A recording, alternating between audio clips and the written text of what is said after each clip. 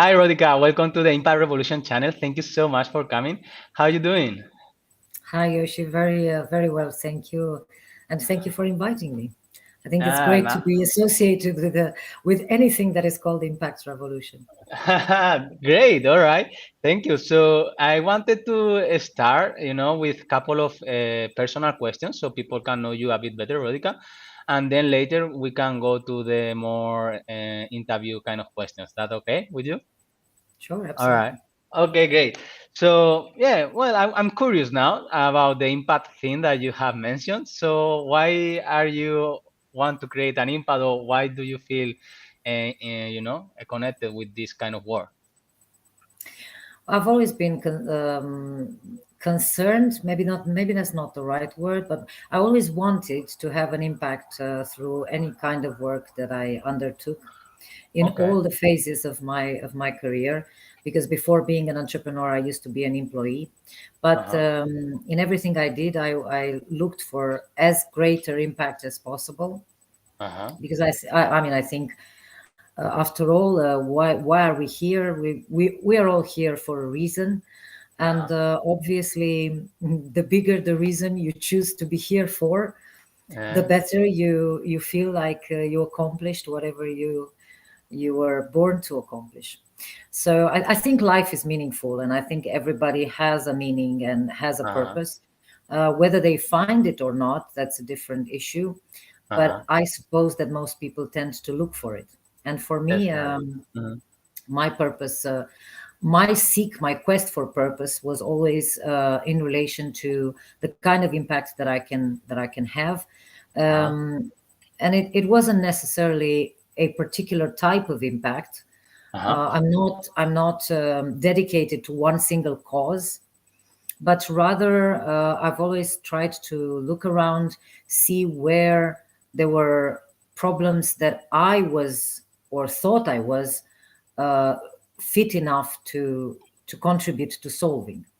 Okay. Great. Matching these two things, this is how I ended up doing various things in my life. Okay, great. So, in relation with that, Rodica, what is your why, or what are your different purposes, or your different ventures that you may have taken so far?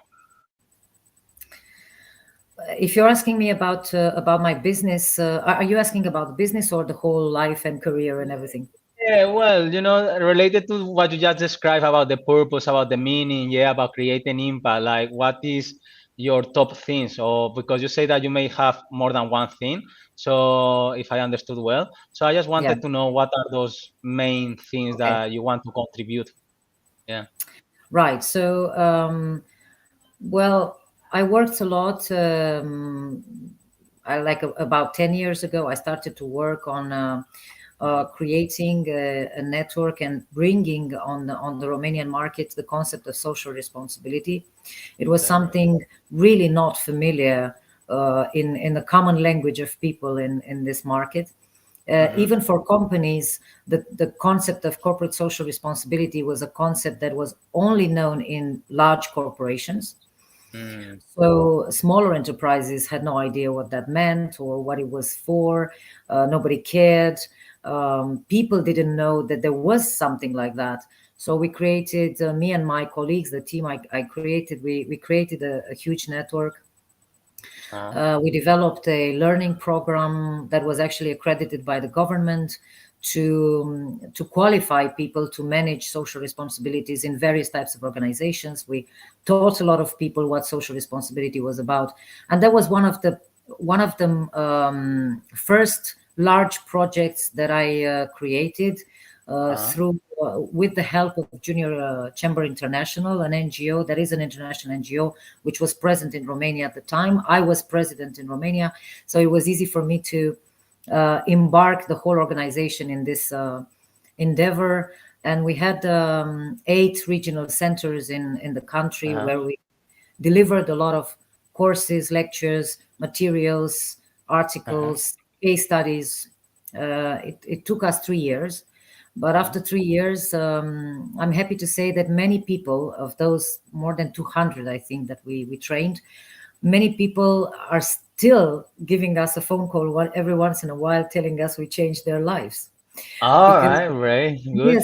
yes, because they Congratulations. bought into it so deeply, so quickly. They loved so much. They embraced the concept, and they started to consider reshaping their life and their career around social, around objectives that had a more social orientation, or Okay. orientation towards a social impact. So that was one adventure. It was an adventure. It was very difficult, and it Uh, was hard to maintain. But and slowly we figured out that while we met while we met the Romanian entrepreneurs at the time, and we mm-hmm, started to understand their mentality, we mm-hmm. figured out that the small entrepreneurs in Romania were so far away from what was going on globally. They were so untrained, unprepared, not understanding what was going on. Everything was being done by the year. So the next purpose was to start generating Uh-huh. uh, an entrepreneurial ecosystem, contributing to generating an entrepreneurial ecosystem. We couldn't do it alone, but Uh, we were me and my teams were part of the puzzle, if you want. So we uh, contributed quite a lot. We created a co-working space and a business hub, an uh-huh. entrepreneurs hub. We managed to bring in several organizations, universities, chambers of commerces to join us. We developed regional centers in other cities because Bucharest was doing quite well compared to the rest of the country. Uh-huh. And like I said, I always looked for the bigger impact. Uh-huh. I can see, yeah, no, you're doing we really went, great. yeah, we went as Okay. wide as we could. And then we started to train young entrepreneurs. Well, Uh-huh. young. By young, I don't mean the age. I mean Okay. young in terms of experience, right? Sure. Okay. We also trained people 35 plus or even 40 plus to Uh-huh. start their own businesses. But of course, Sure. most people were under 30, Uh-huh. and we funded with help from European funds. We funded more than 250 entrepreneurs Oh, that's with a cool. lot of money in total. So it Uh-huh. was tens of millions that Okay. we managed to put on the market. And I'm happy to say that most of them are still alive and kicking. We're very proud of those businesses. If we, Congratulations. yeah, I'm curious, Rodica, if I may ask you, what makes you like you say you start 10 years ago. So what were you doing before 10 years ago? And what made you go to, start trying to make people more aware of social responsibility, entrepreneurship, skills and business skills? I used to work for the government for almost 10 years. Okay. With mostly, or in the second part of my activity, I mostly worked on EU affairs, transposing, negotiating, and transposing European legislation in Brussels, Okay. and then back home, yeah, creating national legislation that would fit the European legislation and standards. Okay. And while doing this, I also created their networks of people in different ministries that had a wider vision and that could understand what the single market was. My main concern, my main area of concern was the single market Okay. and the free movement of services and professionals. So I tried to create a network of people from various institutions that had a wider vision and could understand the meaning of free circulation, of freedom, free movement within Europe. Interesting. And because the problem is, and I think it still is in Europe, a big issue. People Uh-huh. are still afraid of the free movement of people and Mm, services and goods. Everybody feels, to a certain extent, smaller or bigger, a little bit threatened by the sure. competition from other countries. So we are Uh-huh. a big union. We all pretend we're friends, but the truth Brexit is is, a good example, right? yes, Yeah, sure. and the mentality and the attitude in Europe is still far from what the fathers of Europe would have wanted Mm, it to be, right? sure. Because we still see each other, we still see ourselves first as Spanish, Italian, Nation, a Romanian, small or nation whatever, than and only secondarily as European. But the mm, truth is, historically, we are much more European than, well, in whatever European means. But if uh-huh, we are to look back in history, and if we define Europe as a combination of ancient Greek and ancient Rome and a little bit and Christianity, because this is uh-huh, what Europe really is about, then uh-huh. we are all much more European than we are Spanish, Italian, or French, or Romanian, Romania, yeah. because these are all younger concepts, right? All That's these right. nations are very young, really. Uh-huh, uh-huh. So, but there's still a lot of work here. So what happened, to come back to the government experience, what Mm-hmm. happened was that while creating all this network and while trying to put together people that understood things in a wider, with a wider perspective, um, what happened was that the Mm-hmm. reluctance to change and the lack of interest for, actually, the lack of understanding of the meaning of what a public servant is, the Mm, purpose, the mm, understanding of the purpose, was what demotivated me, because people forgot or never understood that being a public servant and working in a public institution actually means trying to do your best with the best of your abilities to serve the citizens. In uh-huh. our case, while working for the single market legislation, the purpose was to serve entrepreneurs and Mm, their capacity and ability and freedom to sell their goods and their services all over Europe. And for that, you needed a simpler legislation, simpler procedures, easy to go, uh-huh. cheaper to get on the market, because the Less barrier bureaucracy to, and all that. Uh-huh. yeah, Sure. exactly, Uh-huh. less bureaucracy.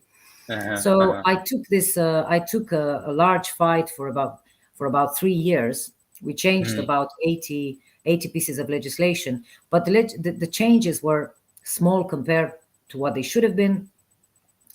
Well, And I at guess all these yeah, governmental changes they are very challenging, and they probably you face a yeah, lot of resistance, right?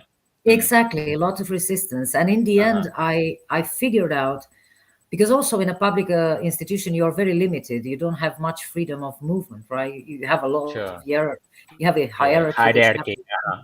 yeah. Yeah. Sure. And I figured out that I would probably have more impact with my knowledge and my abilities would be, better put to use in a private sector, where I Sure. could do things the way I thought that they should be done.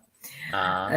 And this is how I turned Okay, around and, great. and Definitely. went That for. makes a lot of sense now. I never would have imagined that you came from the public sector, from the government. Yeah, I don't look like it, do I?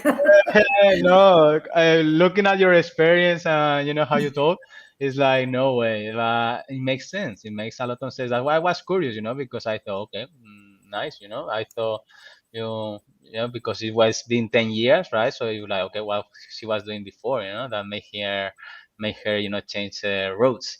So all right, good. What has been your biggest challenge then after getting out from this public sector and coming to the private sector and helping so many individuals? There were several challenges. One of the biggest challenges is always Mm-hmm. finding the right people. And I think this is Mm, critical for any company, for any startup, for any mm, founders, to mm-hmm. Sure. find the right people to help you move towards your goals. People that have similar beliefs, people that have similar values, people that understand what you're trying to achieve, and that they Uh, then who can contribute to achieving those goals, not because they're paid to do it, but mm-hmm. because they also believe it's worth the trouble. That's the Definitely. kind of Okay. people, yeah, that's the kind of people I was searching for, and I always looked for. People that I could treat as partners, not as employees. Mm-hmm. People that I felt that felt like a team and worked Uh, like a team, like a monolith almost, and all going the same direction with no doubts, related to, is this the right direction or not, with no Sure. doubts related to, is my colleague going to back me up if needed, is he going to be there, is he going to, that was very important. And that was one of the first, not obstacles, but the first objective that I had, to generate a team that was fully functional and fully trustworthy and trusting each other, and not questioning. Interdependent, independently and committed and Yeah, accountable, right? Yeah, that's yeah, what and you were looking for. not questioning each other or The me or direction. my partner. Yeah. Okay, great. Nice. All right.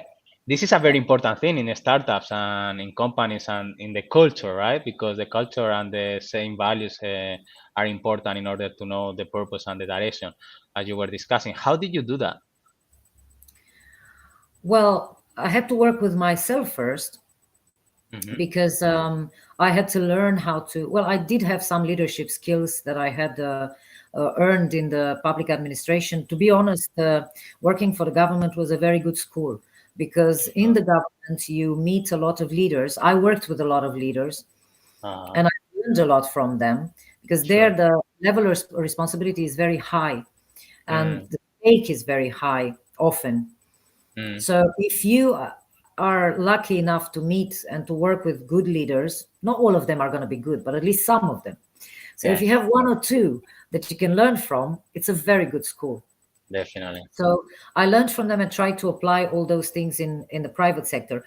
But it was a bit of a challenge, because the way the relationships in the public sector work between Uh, people is different from what you have to do in the private sector. It's a bit different. The language is different. The uh-huh. relationship, right? So you have to adjust a little bit. You cannot just copy Sure. paste the Uh-huh. behaviors. You have to change them a little bit. So I had to undo some of the learning and Uh-huh. do some extra Relearning. learning. Yeah, but it wasn't difficult, because I was lucky. And I think Uh-huh. luck is also a very important factor in business and in life and in everything. And I think it's Definitely. underestimated. I'm Yes. grateful because I was lucky. And I one of my first employees was herself an entrepreneur. She had an entrepreneurial approach in Uh-huh. general. So it was natural for her.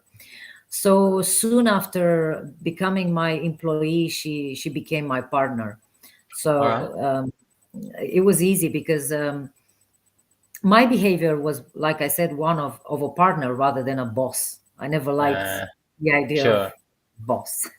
Okay. So then, because she was trustworthy and very good at what she was doing and responsible and everything, it was easy for me to make her a partner in a couple Uh, of years.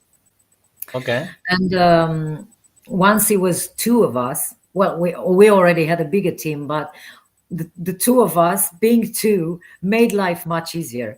And that's Sure. another thing that I would definitely advise all entrepreneurs to consider. It's nice to start on your own, because you feel like Uh-huh. you're free and nobody's going to hold you accountable, and you can do whatever. But actually you need to feel to be accountable. In order Uh-huh. to perform to the best of your abilities, you need somebody that is holding you accountable, Mm-hmm. and that can also share with you the burden. Mm.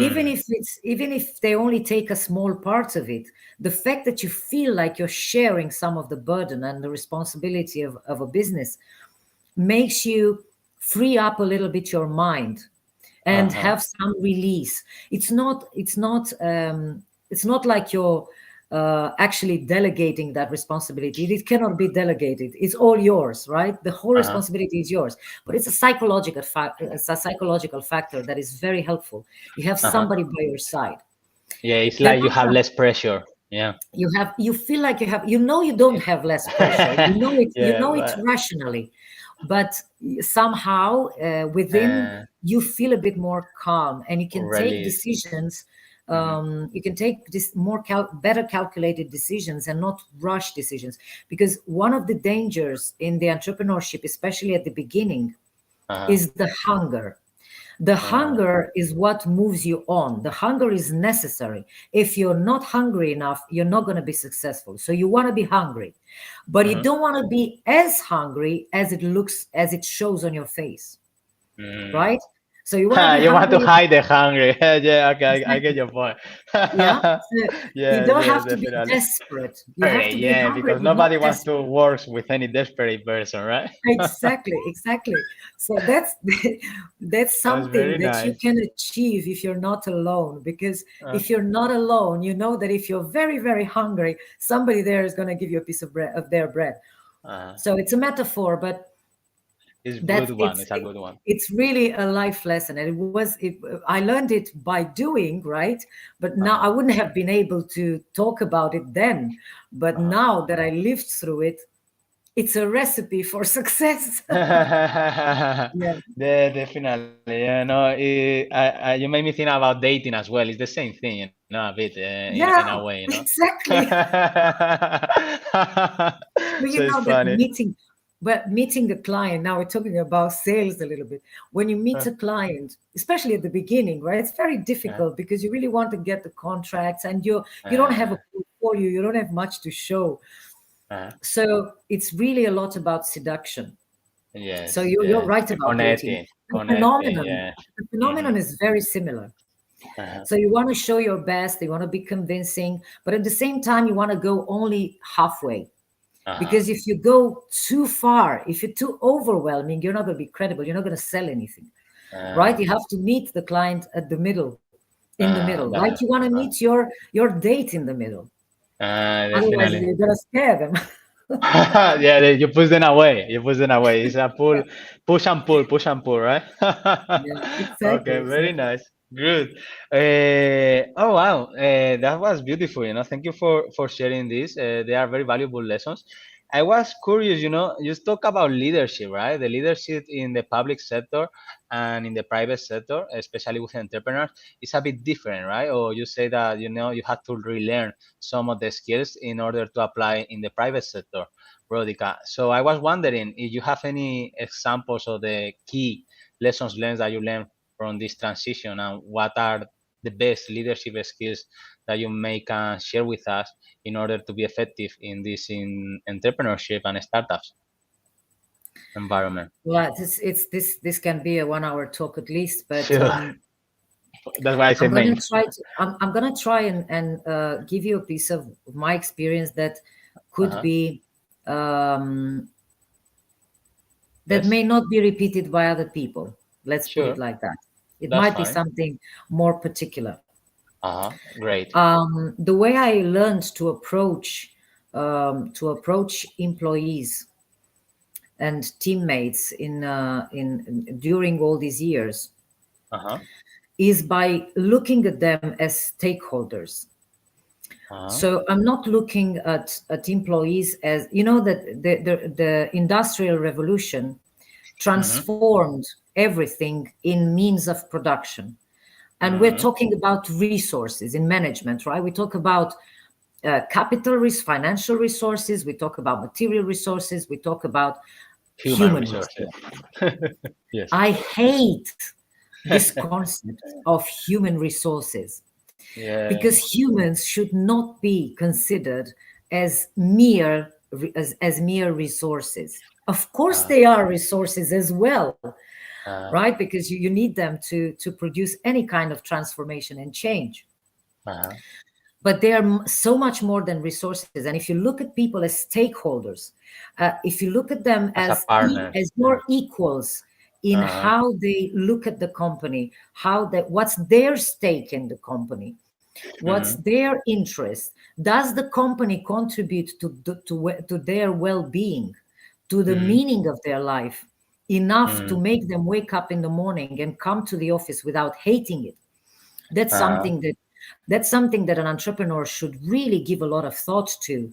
Because wow. if you work this out, if you have this kind of mentality, and if you look at each employee as a stakeholder, and when you meet them in any kind of interaction, you consider not only what you want from them, but what they might want from you and from the company overall, Uh, then most of the other leadership issues get solved naturally. So it's a matter Mm, of mindset. And I think leadership is always a matter of mindset, like always. most important things in this world.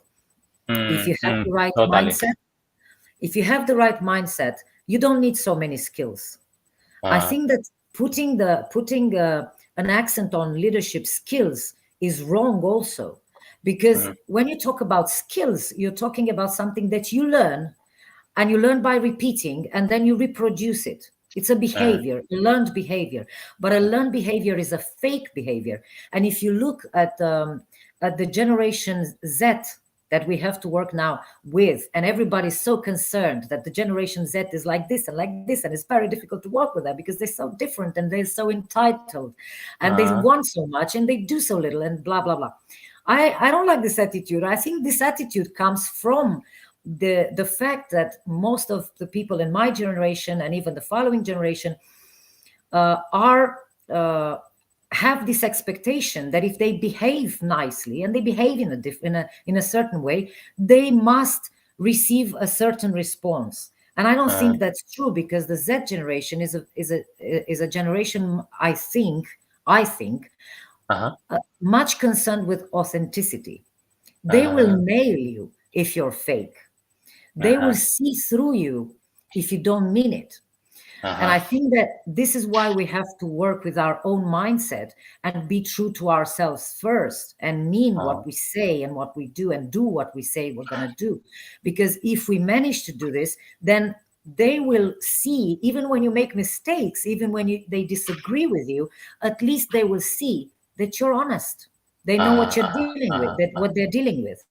And then mm, you will know what you're dealing with also, because they will not be afraid to be honest. They're pretty blunt, uh. from what I've noticed. I love it. I love it, Rodica. It's very similar what we teach in our programs because it's about congruency, right? If Yes, your behaviors are not same way as what you feel and what you think, people will easily identify it. And humans, we read more about the, non-verbal communication and the body, and that just the voice and the words. Very nice. Thank you so much. can I say, can I Yes, say something that I really of loved course. what you said in our conversation before the interview. You said Sure. something about humanizing the organizations. I Yeah, loved that's it. it. I, Yes. I wish I could hear that more often, because I truly believe in this. We need Yeah. more humane organizations, and we should be looking at organizations, be them public or private, doesn't matter, Uh-huh. NGOs, companies, whatever. They all should be serving humans, not Mm, the other way around. It's not that's us that right. are serving the organizations, it should be the The system. organizations that are serving us. Yeah, that's right. Yeah, I was reading this latest book, well, Homo Deus from Yuval Nova. I'm not really sure. He's the one who wrote the Sapiens. And he Mm. was saying something similar, it's like we created these systems, okay, these organizations to make a profit, but instead of them working for us, we are working for them, for these Yes, systems that are, imaginary, they are things that we invented just to produce stuff that's supposed to be helping us. But yeah, it's crazy. exactly. It's crazy. So humanizing, I think, is the next step, and that's why is the purpose of this channel as well, to redefine this kind of business mindset. So I really love what you shared today, Rodica. And before we end the interview, because we have a couple of minutes left, I wanted to know, you wanted to share anything else that we may have not covered that is important for you, that will be of value for the startups and entrepreneurs. Uh, well, just to end in a positive note, although Yes. most of the interview was quite positive, um, I would like to say two things. Sure. One, Uh-huh. one which I think is important, and many entrepreneurs will say it, but it's not said enough. Mm, Failure is an ingredient of success. mm, You need totally. to fail in order to really succeed. So Uh-huh. people should not be afraid to fail, and they should do it as fast as possible. So Yes. go out there, test your product as soon as you have it. Don't waste too much time being perfect, trying to be perfect. There's no such thing as perfect. Go in the market, fail it, start it again, fail it again. In the end, you will succeed. So this is one thing. All right. Great. And the second thing is, We are here on this planet to be happy. We're Mm, meant to be happy. So, whatever you do, whatever kind of business you want to start, whatever kind of NGO or organization or work you're doing, I think it's critical that you find that particular combination that makes you happy and makes happy the people around you uh-huh, as much as possible. We're not going to be happy every day. Happiness is not like a continuous state. If it were continuous, we wouldn't know we were happy. We'd probably uh-huh. be crazy. But you want to do the best you can to be happy and in a positive state as many hours, as many minutes a day as you can, you and the people Uh-huh. around you. The happier Yes. you are, the happier your customers are going to be, the more money you're going to get, the more easily you're going to sell, your people are going to work better. And I'm It's saying this as contagious. It's contagious. it's Happiness. contagious. And I'm saying Yeah. this after many years of being not aware of this and being not concerned with this and being not careful to this. And I paid a price for it because I was too concerned with being practical, pragmatic, doing the most that we can, no matter if we have to spend 24 hours a day working. It was a mistake. You don't have Mm. to work till you die. You have to Uh, work as much as you need to be able to stay happy. uh, And I think this is hard to understand. It takes a few years to get to mm, understand this. But I just wanted to say it because if people think about it even a little bit, if they give it a little thought, people talk about work-life balance, but mm. that's too mechanical, work-life balance. I don't Yeah. like it. It's too mechanical. It's like we have an Excel sheet and we make a balance. How much is work? It doesn't work like this. You just have to be Yes. happy because sometimes the work makes you Gives you happy. happiness. That's So you right. don't Brings you have to put happiness. it in exactly. Fulfillment. You don't have to Uh-huh. put it on different sides of the balance because sometimes the work might contribute to your happiness, and sometimes family might give you trouble. Uh-huh. So or your personal life. But you just have to try to be happy, and as long as you don't forget that this is one important purpose of your life. Uh-huh. Your business, as long as you don't forget this, your business is going to be healthier. Uh-huh. Because if you're Uh-huh. healthy in your brain as Yeah, an that's entrepreneur, right. you'll create a healthy environment. Uh-huh. I think it's all about balance, right? Between all the important things that we value in our lives, and finding that balance, is not a straight formula, as you say, and you need Yeah. to experiment sometimes, and sometimes you're going to be more off of the road, but it's trying to get this balance, I think. I love the way you have shared all these powerful lessons, and I think this kind of shows your intelligence emotionally. Okay, so you have probably gone through a lot of things in your life that make you aware of all these things. That actually we teach many of these things in our courses. So I was wondering, what was your turning point, Rodica? Because you mentioned something that that you say, okay, I wish I could have known this before, or I was not aware of this. What made you change the view of all these things that you have shared in the last point?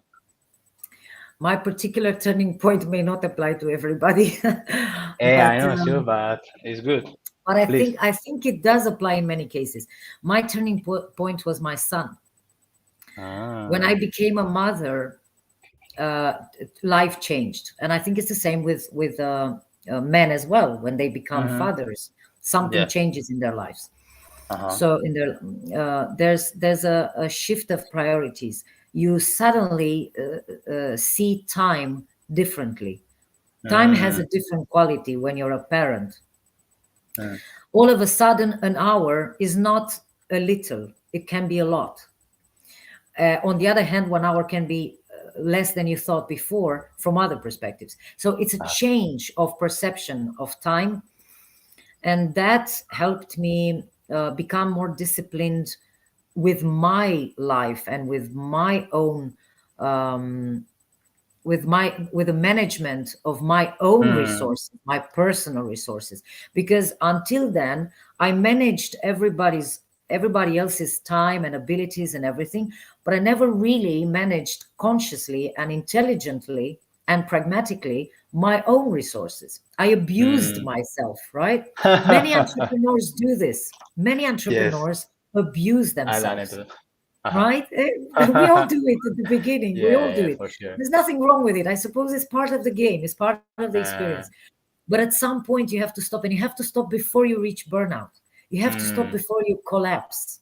that's I right. was lucky to have my son because I wasn't on the verge of collapsing, so I still had time to readjust. That's where the But yes, luck you were talking about, right? The universe, I think, is also conspiring to help us, you know, yes, it's my belief. So, absolutely. all right, beautiful. Yes, so I think we are done. I don't know if you want to say anything else. It was a beautiful interview. Thank you so much, Rodica. So, if you are okay, we can finish it off for now. Yeah. Yes, absolutely. I think, well, we could continue for hours, but I'm sure Yeah, that people have definitely. other I things can to be do too. about 35 minutes is okay. Thank you so much. It was a pleasure. And keep in touch, Rodica, yes? Because I really like it. Yes? Absolutely. And I wish you all the best with the Impact Revolution. I hope to Thank see you. Impact revolutions all over the world. Yes, I And hope so too. You know, Rodica, and with people like you, definitely, I think we will get there eventually. I hope so. well, Otherwise, I count more on the younger ones, to be honest. I think they're much more revolutionary than I could be at my age. But I see a lot of positive change in this new generation and more connectivity, more connection, sorry, with the nature, with the social problems, more awareness. But of course, not everybody's like this, but a lot of young people are aware of the tasks that they have in hand, and they yeah. seem to be willing to contribute. So I Yeah, believe in yeah. this revolution that I it will think so too. definitely take place. Thank you, Thank Rodica. Thanks a lot. Yeah, we go with that then for the hope of the future then. The faith on the future. Thanks a lot, Rodica. Cheers. I'm going thank to you turn too. this off.